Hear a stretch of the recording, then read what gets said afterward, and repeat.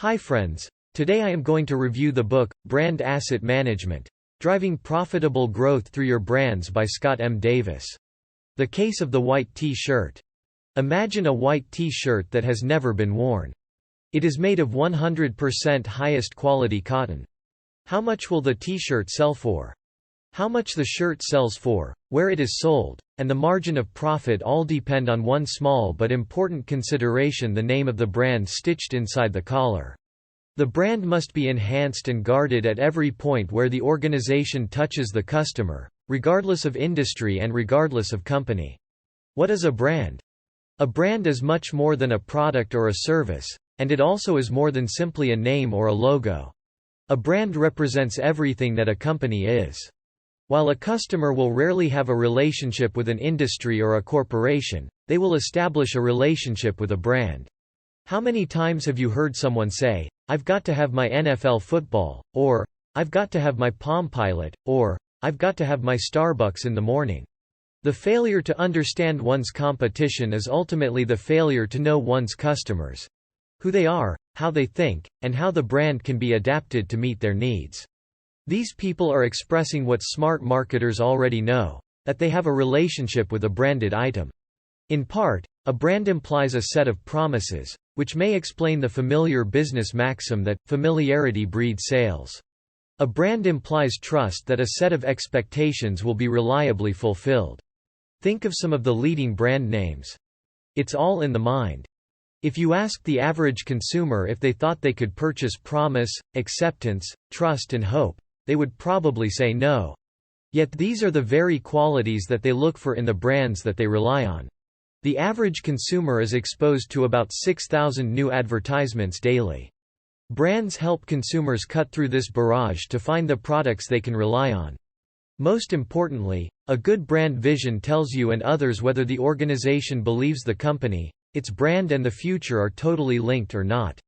Your brand may involve a tagline or motto, an icon or symbol, a spokesperson, a jingle, or other characteristics.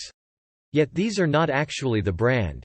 Ultimately, the brand is the accumulation of impressions that your customers have about your product.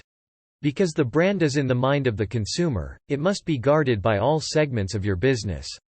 Customer service, billing, collections, product service, field representatives, retail outlets, these all play an important role in the customer's perception of your brand. Indeed, each employee bears responsibility for managing the brand assets of your company. Phase 1. Developing a vision. Developing a brand vision means defining the corporate goals and objectives that your brand should help you achieve. How many dollars do you expect brand management to add to the bottom line? Are you willing to be patient to develop your brand over a period of 3 to 5 years? Can senior management be counted on to support the goals and objectives of the brand? Will the brand merely be considered a marketing tool, or will it actually be considered an asset? The steps to developing your brand vision include: conduct senior management interviews. Define their expectations for the brand. Probe into markets of future interest. Financial objectives for the organization. Their view of what the current brand stand for, how they would like to see that brand evolve in the future, and what level of resource commitment is expected for brand development. Determine the gap in financial growth. Explore the gap between your company's revenue goals 5 years from now and current actual revenues. Review how leveraging your brand can increase margins, extend penetration, and contribute to the achievement of the corporate goals. Pointing out a specific revenue goal tied to proper brand asset management will help focus attention on the importance of the undertaking. Create a brand vision starter. Collect data on your general industry and relate it to your company's competitive position. Create a presentation on an initial proposal of what the brand vision should be and the rationale behind it. Meet with senior management to establish a vision for your brand. At this meeting, you will report interview findings, facts and conclusions in an effort to reach a consensus on what the company's brand vision should be. This meeting will give you the authority to undertake a brand asset management strategy. Phase 2: defining brand image. Once you have a vision for your brand, you have to consider consumer perceptions, as they currently exist. Among your current and target customers, How many of them have the image of your brand that you would like them to have? How does your brand image compare to that of your competitors? Pay particular attention to how consistent your brand image is across various consumer segments. Discuss what image you would like your brand to have in the future.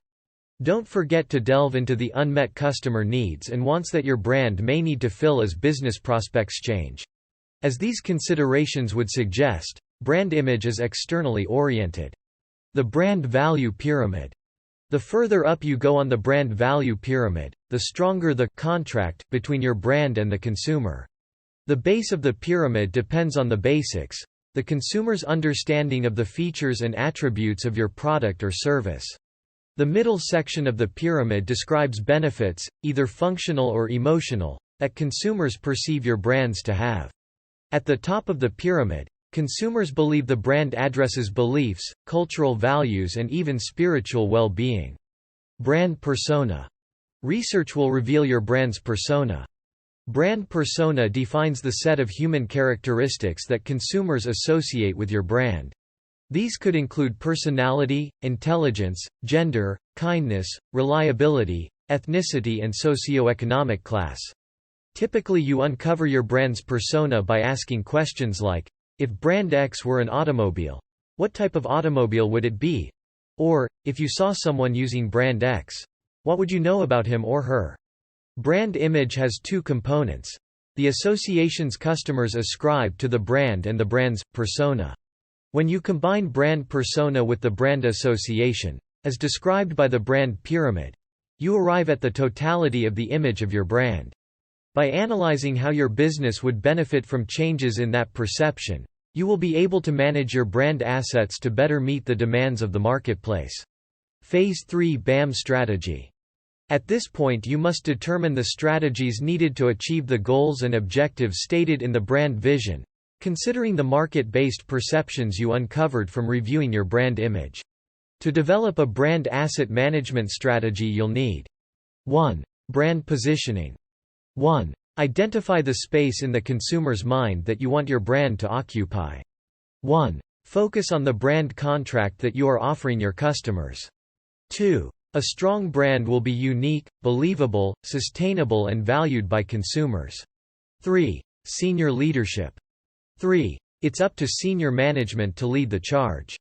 3. Lip service is not enough. 4. Your company's leaders will have to support the brand asset management strategy and the investment that it requires. 5. Rank and file support. 5. The buy-in from your workforce is critical to your brand's success. 6. They need to understand the image that you are trying to present, so that they can take every opportunity to reinforce that image in the customers' minds. 6. You need to enroll their support with training and communication. 7. Budget. 7. Yes, of course, all of this takes time and money. 8. But developing a brand asset management strategy doesn't have to cost a fortune, and many companies do it on a shoestring budget. 9. The key element is to do what it takes to take control of your brand positioning. 9. Don't let your competitors position your product. Phase 4 Brand-based culture. You must get the entire organization to understand the importance of managing your brand as an asset as opposed to a marketing vehicle. In effect, you must establish a brand-based culture. Workers in a brand-based culture see products and services in terms of how customers think about brands. If an initiative doesn't enhance the customer's perception of brand value, it probably is not a worthwhile initiative. However, you'll probably encounter several hindrances in becoming brand-centric. 1. Most companies lack established brand-based career tracks that reward brand advocates. 2. Pressure to report on quarterly results tends to encourage short-term thinking. 3. Those at the top of the organization often lack marketing experience. 4. Global organizations often suffer from inconsistent global brand management. 5. Many organizations relegate brand management to marketing departments or even to outside advertising firms. Required support. Proper support for a brand-oriented culture includes appointing a Chief Branding Officer, CBO, responsible for the positioning of the brand, a brand asset management steering committee to help establish cross-functional linkages with other teams, and an operational brand asset management team that ensures that the company is running in a brand-based way. It is also recommended that the company establish an internal communications plan to support and tout the importance of managing brands as a company asset. The most important requirement to creating a strong brand-oriented culture is consistency. Leadership from senior management is essential. Takeaways. 1. Brands help consumers sort through the 6,000 advertising messages they see or hear every day. 2. Consumer perceptions hold the key to brand value. 3. Increase shareholder value by managing your brands as assets.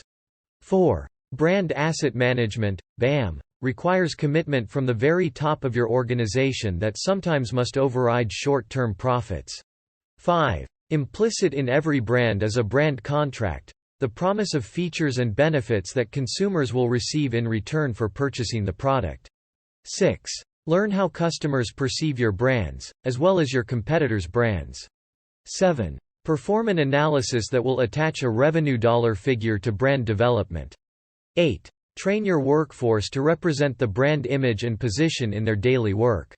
9. A chief branding officer will ensure that management is not relegated to the marketing department or, worse yet, to an outside advertising firm. 10. Brands that reach the top of the brand value pyramid fulfill customers' emotional and even spiritual needs, making them almost unassailable. 11. If you enjoy our content and would like to stay updated with our latest videos, please like, share and consider subscribing to our YouTube channel. 11. Your support means a lot to us. 12. Thank you so much for watching.